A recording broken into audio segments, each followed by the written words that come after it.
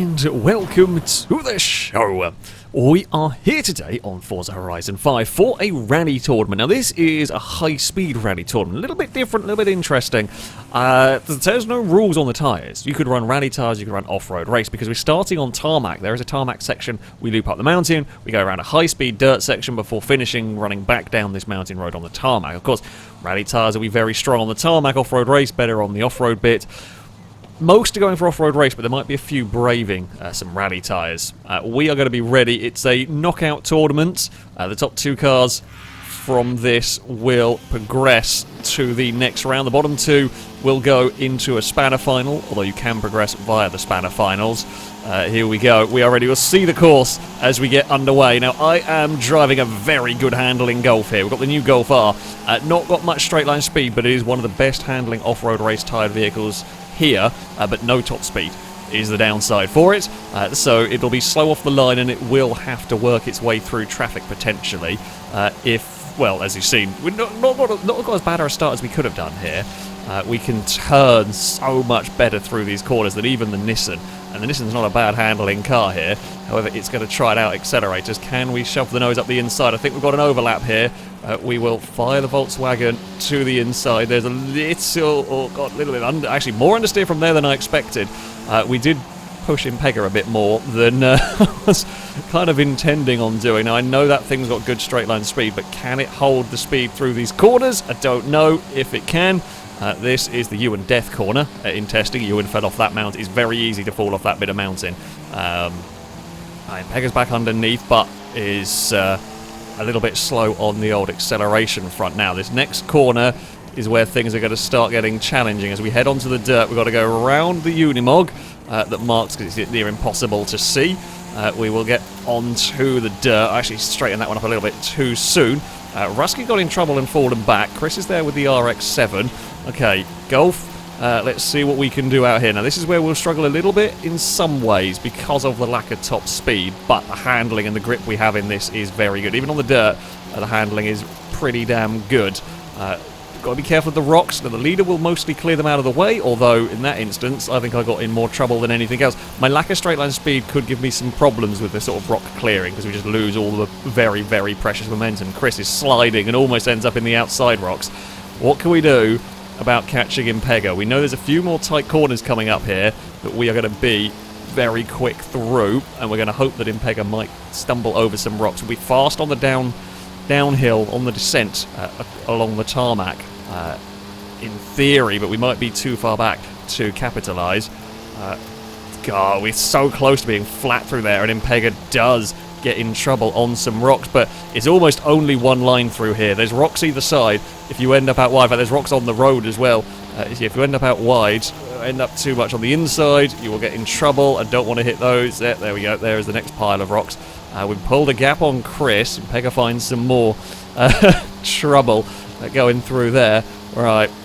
I think we're going to be a little bit too far back. Now, Danger Man will mark the inside for this next corner. We will be as aggressive as I can be with the Golf, and again, around the Unimog we head. We've closed in quite nicely here. Will we be able... I mean, the question is, can I find a way past on this twisty bit of mountain road? I don't know. It's going to be a challenge, potentially. It's not easy to pass down here. We know the Nissan's got great... it's got better straight line speed than me, so I'm going to have to find a way through somewhere in the twisty bits. We've carried a huge amount of momentum here, where there was sort of space to go and throw the vehicle towards the inside. I don't think Impega actually realised we were going to carry so much speed. The problem is we've got through, but it's going to have an overlap almost immediately to get alongside us. Indeed it does.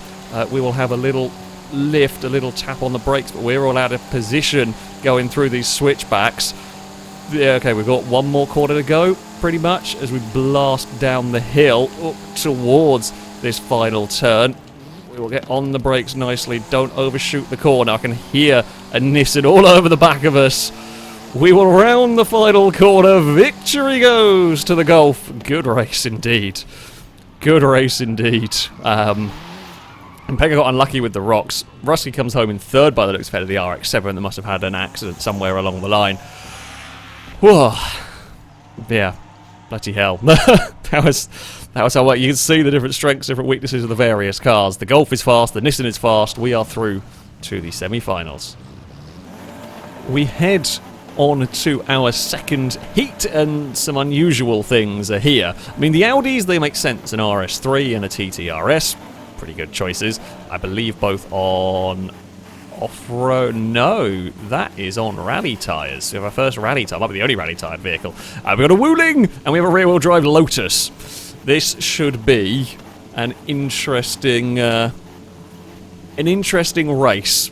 The Wuling is monstrously fast off the line here, so we can expect Ewan to catapult it towards turn 1. The Lotus struggles a little bit. It's light, of course, but rear-wheel drive. Wuling will take the lead towards the first corner. The TTRS moves up into second, is having a look. There's not much space there as they swap paint. I mean, the TT was slightly off the track, but was very much forced there by a Wuling. I think realised it was going to have a Audi alongside it. RS3 is in third. It's on a little bit of pressure. I mean, the rear-wheel drive car won't have much problems here. And let's face it, when they head onto the dirt, it's not like you've got big traction zones. TT is a great pass. It does have the grip to get past that Wuling. Now, really, the RS3 needs to get past. It's struggling to make the most of its grippy tyres because it's just stuck in traffic here. And the difficulty that the rally-tired vehicles have, and the reason why I'm personally not going for one, is they're down on power. Because the rally tyres eat up a lot of PI, you're down on power compared to the off-road race tyres, and it's so difficult to overtake them down here. The RS3 tried to have a dive on Ewan, and Ewan's in trouble there in the Wuling, and cut back underneath, and we'll get the place back. Here comes Amy with the Lotus. They're going to move up into third place. Longbow's TT is enjoying a nice time here up at the front as we head around the Unimog turn. TT leads. Wuling is through in a second place. The Lotus in third. Now this is, I mean, it's gone wrong for Liam with the RS3 here. Not being able to make the most of the tyres in the area where the Audi would be strong, and is now the area where it's not quite going to have as much grip as the other cars. It's because of the high-speed nature of this, it's not like there's lots of traction zones, so you get away a little bit more than some possible circuits. However, you're still going to struggle as we fly through here. I mean, it's bumpy down here. The Wuling's actually not done a bad job of trying to catch up to that TT. Consider, I mean, it is a very, very silly vehicle, and it is actually having a pretty good run as we head up towards the big observatory area. Could the Wuling close in? Longbow's got to negotiate the rocks. That is always the fear for the leader. It can be bad for second place, but it's always worse for the leader, although Ewan has overdriven it. It's a massive bump on the outside. Ewan desperately trying to chase down that TT has actually got in trouble. The Lotus has got the move done. The Lotus is now up into second place. Got a couple of challenging corners coming up here, though. There, through the rocks we go. The Lotus is still struggling on some rocks. It's out wide. The Wuling's to the inside, tries to get the pass done. Can't quite make it stick. And there's some more rocks for the Lotus to try and ingest on the way through there. They're going to go side by side. I mean, the RS3, if the RS3 can stay close, it might have a chance on the run down the hill if these two really scrap with one another. The Wuling's out very wide over here. That's not really where you want to go. The RS3 is even wider in the background. So, Longbow's actually had a really poor run down here as well. It's all closing up again. TT leads. It's not got as massive a lead as it might have wanted to have. Oh, Ewan's very, very wide. That is the limit of where you'd want to go. Liam's even wider, and Liam's fallen off the road. I think that's the RS3 done and out of it at this point. The Exige is up the inside, and the Exige will now get second place. I mean, this is a stronger, perhaps, area for the rear-wheel drive Lotus. TT, again, it leads. It hasn't got as big a lead, considering the battle for second has been epic. He hasn't really quite run away. Liam is off the mountain in the background. Sorry, Liam. Unfortunately, that was caught on camera as much as we were watching this all-important battle for second place here. It does look like we've got a couple more quarters to go. The TT's eked the gap out a little bit. Wuling is desperately trying, but I think the Wuling's out of grip on this tighter section as we head through the final corner. The run to the line. It is going to be Longbow with the TT that is going to make it through. TT is through. The Exige, great job to get up into second and through to the next round for Amy. Ewan, a valiant fight. A very valiant fight. Not very often you expect to see an Exige versus a Wuling on a rally stage.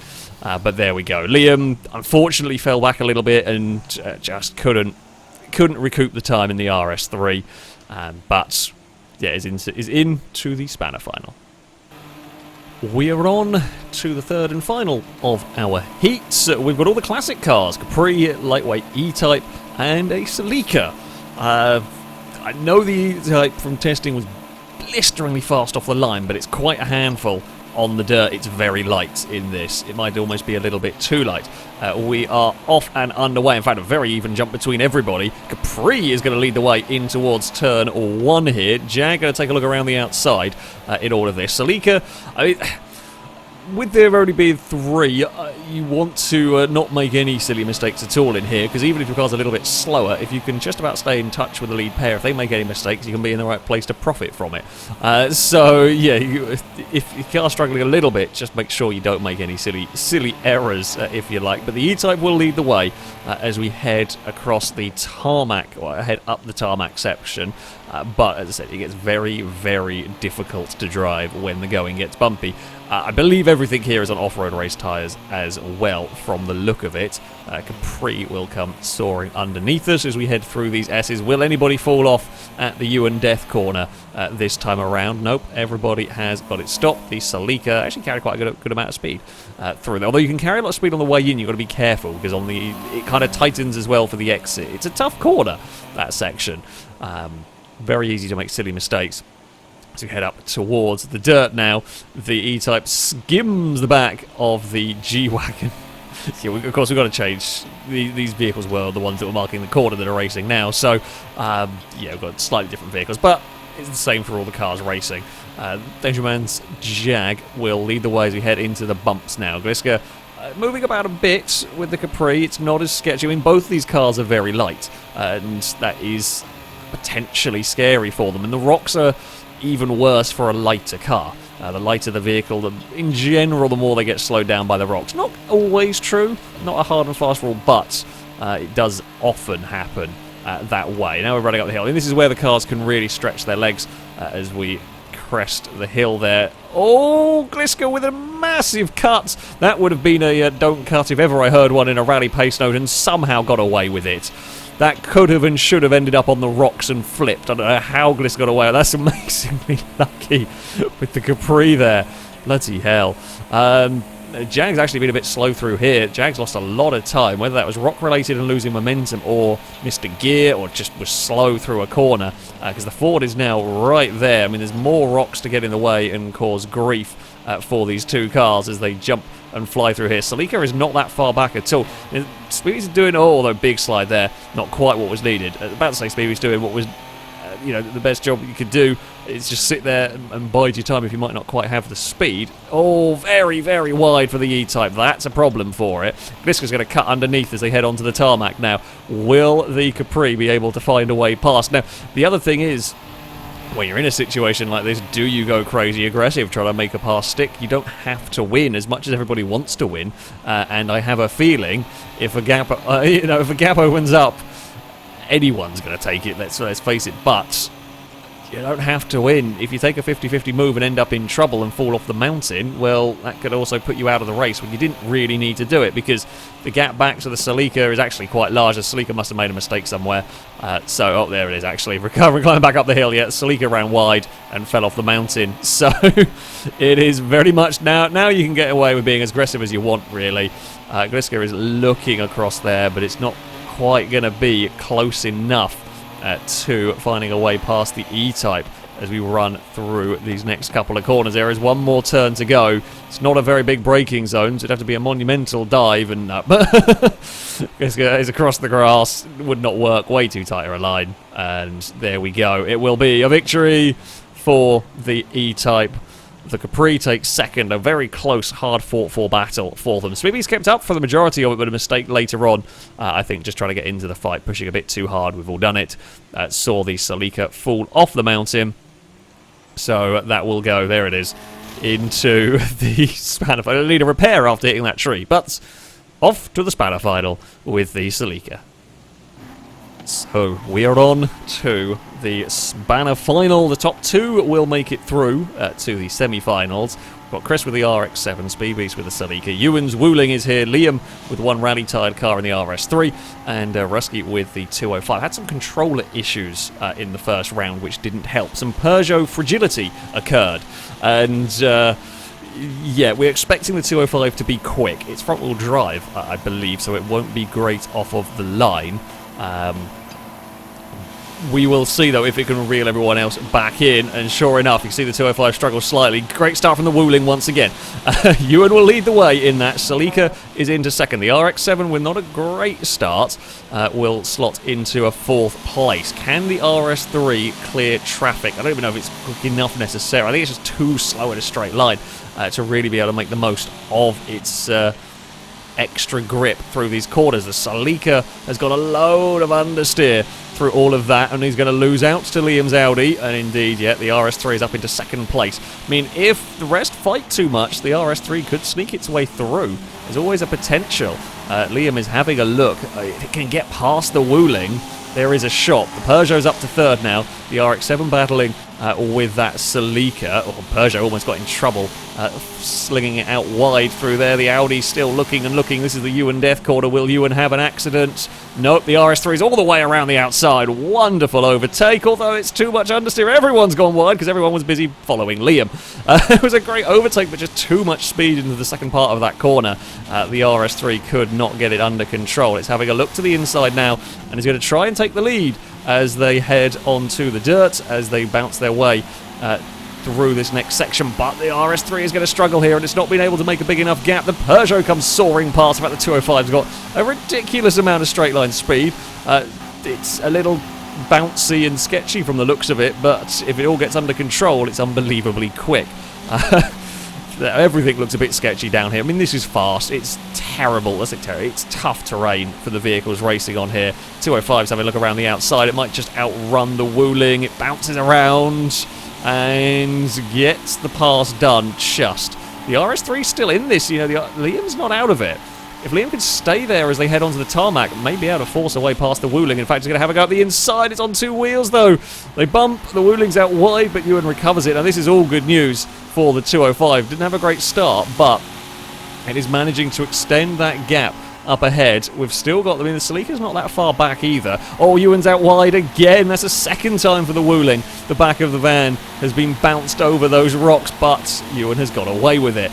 The rocks coming up here on the road could always be a trouble for the leader here. Everyone is through them. Liam is out wide again, but he's trying to find a way past. The Celica's got the run, has got to the inside, although then finds some rocks on the inside and will lose out slightly through here. It's manic for second place, as is to be expected a little bit. Celica's to the inside. Ewan's out very, very, very wide. Liam's out very wide. Rusky's got a massive lead in the 205. Now the Celica's looking for a way past. The Wooling's out where the RX-7's come back into the fight as we head onto the tarmac now.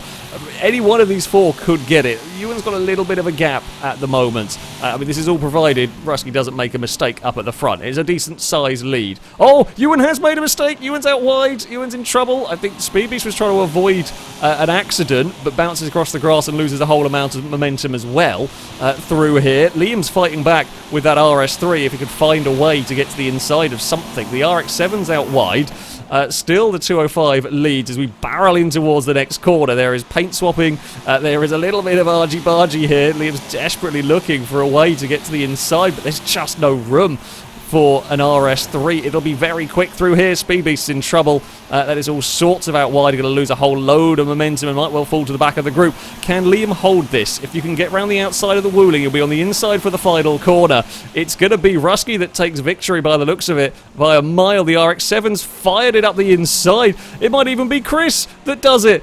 There's some paint swapping. It's a run to the line. It's going to be the RX-7 that gets it from nowhere. From all of that, from absolutely nowhere. Rusky is through, and it was a fairly mundane race at the front for the latter half.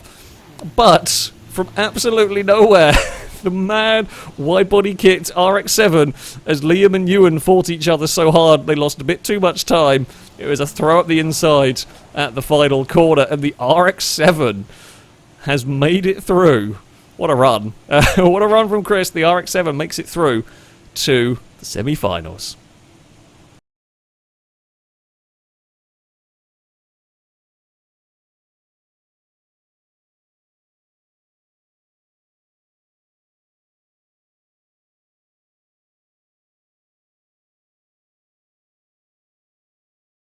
We are on to the first of our semi-finals. The RX-7 is here alongside the TT, Lotus Exige, and Jaguar E-Type. I mean, we're expecting, if I'm honest, expecting it to be the Jag and the TT that probably make it through.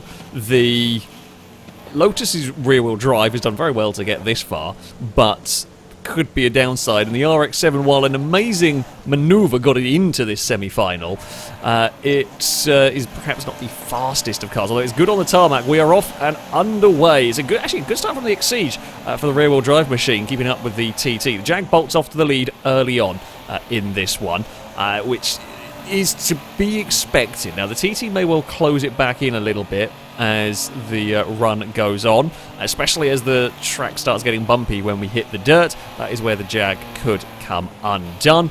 The Exige is going to want to make the most of the tarmac that it can. The RX-7, I mean, the RX-7 just be in the right place at the right time, really, and go for a big old dive. But yeah, the top two will make it through to the final. There's no second chances now. If you're not in the top two, you are out of this one. The Mazda is having a look to the inside. It doesn't quite have the straight line speed. Of course, downside of all the aero on the Mazda, it make it good in some places, but it's going to really struggle in terms of straight line speed. Are we going to see any issues through here? Exige on a very, very tight line. Chris pushing that one very hard, although it's all sorts of out of shape through the next part of it, although there's a fair bit of running wide from both of them there. We're heading up towards the dirt now. Jag leading the way. We'll be around the Unimog. Jag actually out quite wide, but it's got a good enough line through here. Exige has caught, actually, Exige had a good little section through there. I thought it was a little bit of bother, but it has not done a terrible job of catching up through there. But it's not going to be an easy overtake against the all-wheel drive Audi. Now, Longbo's Audi is hoping for a mistake, really. On sheer pace, the Jag is perhaps a little bit quicker, but we know it has trouble with the bumps, and we know it has trouble with the rocks as well as we blast through here. And the visibility is not great. We're starting to lose the light here. It's not the best lighting conditions for this sort of rally. I've lost the sound of the buzzing Lotus, which suggests it has dropped back a little bit as we run up the hill here. Longbow has caught. The TT is catching at the moment. Once we get onto this more extreme dirt stuff, the Audi is clearly the faster of the two cars, but the difficulty is, well, the end of the track is where the Jag is strong. That downhill section, the Jaguar will be strong. Longbo's going to have a look to the inside through here. Unfortunately, there's a few rocks through there. The Jag is struggling a little bit. Said he's a bit of a handful through this section as we run up the hill. Where are the cars behind us? There is the RX-7. The Lotus has made a mistake. Didn't see what happened with it. They're side by side. Danger Man is out wide, and it's going to be Longbow that gets the lead of the race. Good pass. Difficult place to get an overtake done. In the end, Danger Man had no real choice but to lift out of it because that outside line is so dangerous up there that you don't want to continue to run that risk as we head around the Unimog. The RX-7's closed it. That's a little bit too late on the brakes there. TT's a bit wide actually heading onto the tarmac. The Jag's going to want to have a look. In fact, the RX-7's really got exploring through all of that. That is not quite what you want to be in the to be close enough to be in the right place at the right time. However, it's a good chance the Jag is going to want to find a way past. Oh, Longbow right to the edge of the track there. Just clips the Armco, but gets away with it. Doesn't really lose too much time from that one. Could be the same, a little bit like the final heat. Will these two fight hard for the lead, or will Danger Man settle for second, knowing they'll make it through to the next round? TT's actually had a good run down on this tarmac section. The RX-7 is flying on the downhill. That thing is so quick going downhill. Even after a terrible run onto the tarmac, it's still not a million miles away from that E-Type, which is seriously good going as we blast through these next couple of corners. I don't think Danger Man's got an answer for the TT now. He's dropped too far back. Might be just settling for the second and just don't make a mistake through these final couple of corners. As we round the last turn, Chris is not close enough to fire it with the Mazda. It is going to be the TT that will come around and take victory. The Audi is through. The E-Type gets second. The RX-7 got closer than I thought it was going to, actually. Credit where credit is due. After a bit scruffy run in places from what we saw, that really close. It's so fast down the hill, but just too far back. Too much time to try and make up. And there we go. We have two of our finalists, TTRS and the lightweight E-Type. We are on to the second of the semi-finals, possibly the harder of the two semi-finals, but yeah, we've got the Capri, we've got the 205, although it is drizzling, and the front-wheel drive may struggle a little bit more with that. My Golf and Impega is with us in that 350Z rally car. I don't know what we're going to see from this. The problem, I'm worried for myself here, in that we're going to lose too much time fighting. We're so good in the corners, but we're going to struggle to utilise it, potentially. If we can fire past Impega early, that would be great, but there's... Oh no, we've got a really good run, actually, out of there. That is absolutely what I wanted to do. Could not have asked for better, because now I can run through these S's. We can follow that Capri that won't surely have as much grip as the Golf. We can try and find there's about the wheels on the tarmac, although can't quite get alongside here. Big threat potentially could be the Peugeot. We know it starts badly. There's nothing it can do about that, but we know it comes a lot faster in the latter stages of this race. So yeah, we're going to have to watch for that closing in on us.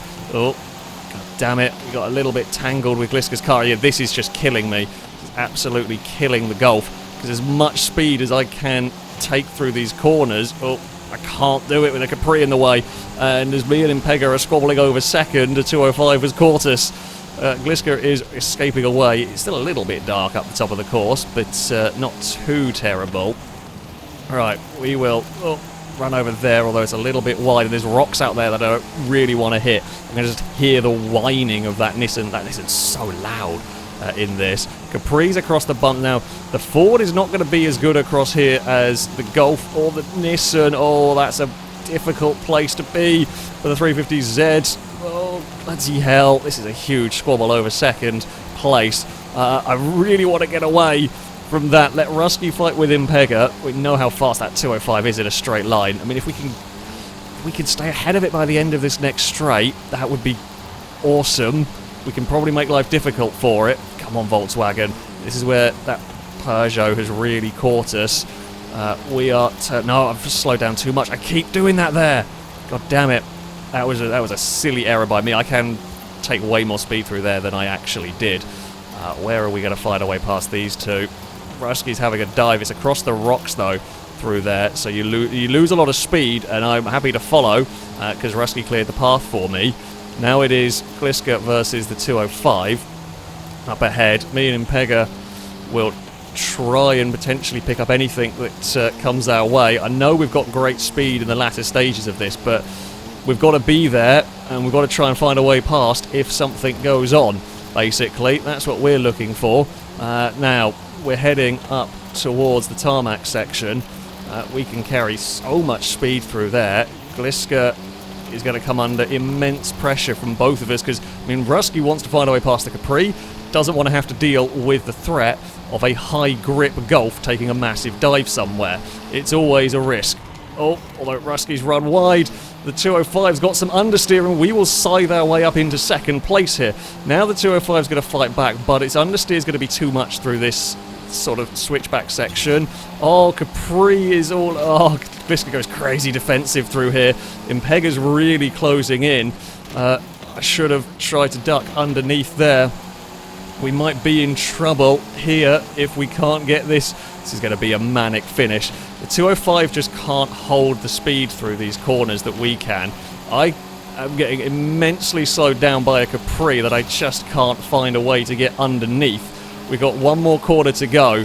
We're going to carry as much speed. I'm looking every which way to get underneath that, but I can't do it. The only plus point is I can actually use it as a block, so if anyone threw it up the inside, they would be in trouble. Gliska is going to take victory here. Gliska wins. We cross the line in second. We make it through. There's so much more speed in that car. I just could not find a gap that I needed. Oh, we're through, but only just. Bloody hell, that was a good race. Unlucky for Impega, got a little bit stuck in that one. Sorry, that might be 370Z, I apologise. Yeah, bloody hell. Golf is so quick, but it does need some clean air to really work. Rusky fought a very good fight in the 205, but there we go. Me and the Capri through to the final. So, it is time for the final. We have the TTRS, my Golf, the Capri, and the E-Type Jag are here. Now, I know what's going to happen off the line. We're going to have to find our way to overtake these cars, and I know it's going to be a pain. We've got so much grip in this car, but I can't use it for a lot of the run necessarily, but I will do the very best that I can. It is a decent jump from all of us. The two classic cars will get ahead of the TT. I really want to get past Longbow. I do not want to get stuck behind that TT early on. Oh, Capri's going to come down on us a little bit there in its battle with Danger Man. I don't really want to be across the dirt. I'm trying not to, but also, you know, when cars don't always, when there's not always enough space to go, sometimes that's the only place we can go. This time around, we can pass the Capri. We can make the most of the Golf's immense grip. Once again, I mean, we've done it. This is as good as we could really ask for. We know the E-Type is very fast off the line, and while it doesn't have the mid-corner speed that I do, it's so quick off the line and so quick accelerating on this hill that I have to accept it's going to lead for a while. But we can close in here. This section is where we're sublime in the Golf, and the TT's also very, very strong. TT's going to have a dive, actually. That's a good move by Longbow. We'll be slow on the exit, possibly.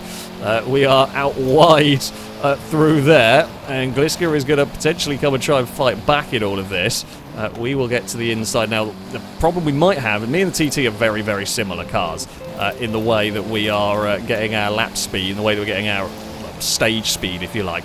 And if we end up fighting each other too hard, we might just let Danger Man run off and take a victory. It is possible, but of course we all want to be in second place to be ready to pounce if Danger Man has trouble with that very difficult to drive car. Because the Golf, oh, I say it's not so difficult, although I've got myself in a little spot of bother there, trying to carry speed, and we're going to be on the rocks, so that's going to put us back to fourth. God damn it. I had to be saying something about cars being difficult to drive, and I made a silly error. It's not the car's fault at all. The car is wonderfully easy to drive. I just got myself out of shape trying to carry too much speed, and yeah, once there, we're in trouble. And I think we are in trouble now overall, unless there is any big crashes around the way. Although we are almost flat through that corner. That's how much grip we have, and we are barreling back towards the pack, actually. Danger Man's car is a lot more sketchy through here than the rest of ours, and they will be clearing all the rocks out of the way for me. We are just going to absolutely pin the throttle through here. We've caught up to the group. That's how fast the Golf is when it's on its own, but we've got to try and find ways past on the tarmac section. That's going to be the sketchy bit for us. We are around the outside! That was a full send on Gliska. We're still stuck on the outside and there's nowhere to go. Gliska's going to try and get the lead, ends up on some rocks as well. We are fully committed. I mean, this is anybody's race at this point. They are all going to run wide on the exit there. We are going to try and sweep around everything. It's a little bit ambitious, actually, from me there. Okay, now we start the descent. Can we do anything? I mean, gravity will be helping us in some ways. We will get to the inside of Gliska, and we get to the inside of Longbow as well. It's a double overtake. The Golf's up to second. Come on, Volkswagen. Can we find a way past Danger Man before the end of this stage? It's going to be the final corner. If it's going to happen anywhere, it would be on the final corner. We know we've got so much more mid-corner speed than that E-Type. Its power, its lightness will count for less. It won't count for nothing, but it'll count for less as we run down the hill. We can be so quick through here, and I've got to be. We've got to make up as much time as we possibly can through here, and the TT is right there and ready to pounce if anything goes on. Here we go, it's the final corner. We're going to send it to the inside. I mean, there's a half a gap there. Danger Man tried to shut the door. It's going to be a drag race towards the line here. We are going to, I think, just about be able to fend off the Danger Man. From nowhere. The Golf is so fast on the run down the hill. The Golf is an absolute beast on the run down the hill. It helped that they cleared the rocks for me. On that one, we were always going to send it to the inside on that corner. There was no doubt in our mind when we carried that much speed. We were always going to send it to the inside down there. Oh, bloody hell. What a run. Longbow did a great job as well, came with us in a very similarly built car. This Golf is an absolute monster. The handling is so good on it for that descent. Yeah. I can't believe that. The double overtake is actually what put us in the right place. The pass on Danger Man, you know, we had that set up, but somehow finding a way past the Audi and Capri as they fought on their own. Oh, bloody hell. Well, there we go. That was our high-speed rally stage with some 750 PI vehicles. It was a really good challenge because of the mixture of different elements to how to build the car and all of that sort of stuff. It made for a really interesting challenge. So there we go. That is going to be it for this video. Thank you everybody very much for watching, and until next time, goodbye.